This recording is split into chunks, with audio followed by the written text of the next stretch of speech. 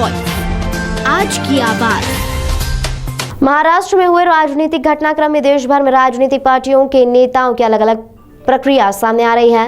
इसी कड़ी में मध्य प्रदेश के पूर्व मंत्री और दिग्विजय सिंह के पुत्र जयवर्धन सिंह ने बीजेपी पर निशाना साधते हुए एनसीपी को लेकर बयान दिया। उन्होंने कहा कि एनसीपी का निजी मुद्दा है, लेकिन मैं यह जरूर कहूंगा कि प्रधानमंत्री नरेंद्र मोदी जब भोपाल में थे तो स्वयं उन्होंने एनसीपी अजीत पवार पर 70,000 करोड़ के घोटाले का आरोप लगाया था। लेकिन जैसे ही अजीत पवार भाजपा की सरकार में शामिल हो गए, भ्रष्टाचार के मुद्दे से भाजपा सब भूल गई। यह अब जनता को समझना होगा कि मोदी के जो भाषण होते हैं, भाजपा के जो होते हैं, वह सिर्फ उनके स्वार्थ के लिए होते हैं। देखिए, ये तो एनसीपी का एक निजी मुद्दा है, लेकिन मैं ज़रूर ये कहूँगा कि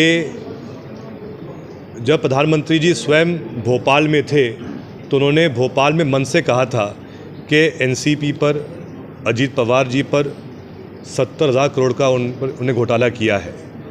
लेकिन जैसे ही अजीत पवार जी भाजपा के सरकार में शामिल हो गए तो ये सब जो भ्रष्टाचार के जो मुद्दे थे भाजपा सब भूल गई।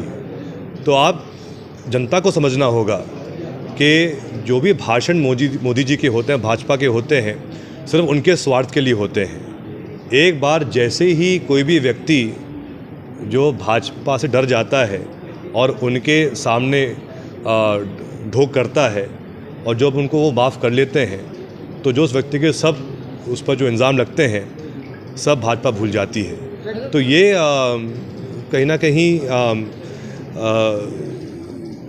जो राजनीति आज मोदी जी कर रहे हैं, भाजपा कर रहे हैं, बहुत हल्की राजनीति कर रहे हैं। और जहाँ तक मुझे इस बात का एहसास है, और जनता भी अब धीरे धीरे जो इनके बड़े बड़े वादे थे कि किसान की आय दोगुनी कर देंगे, बहुत हो गई महंगाई की मार, अब की बार मोदी सरकार, बहुत हो गई पेट्रोल डीजल की मार, अब की बार मोदी सरकार। आज चर्चा पूरे देश में यह है कि पेट्रोल के दाम को सस्ता दिखाने के लिए टमाटर कर दिए 160, ताकि 110 पेट्रोल के दाम थोड़े ठीक ठाक दिखें। ये तो स्थिति हो गई है भाजपा की पूरे देश भर में।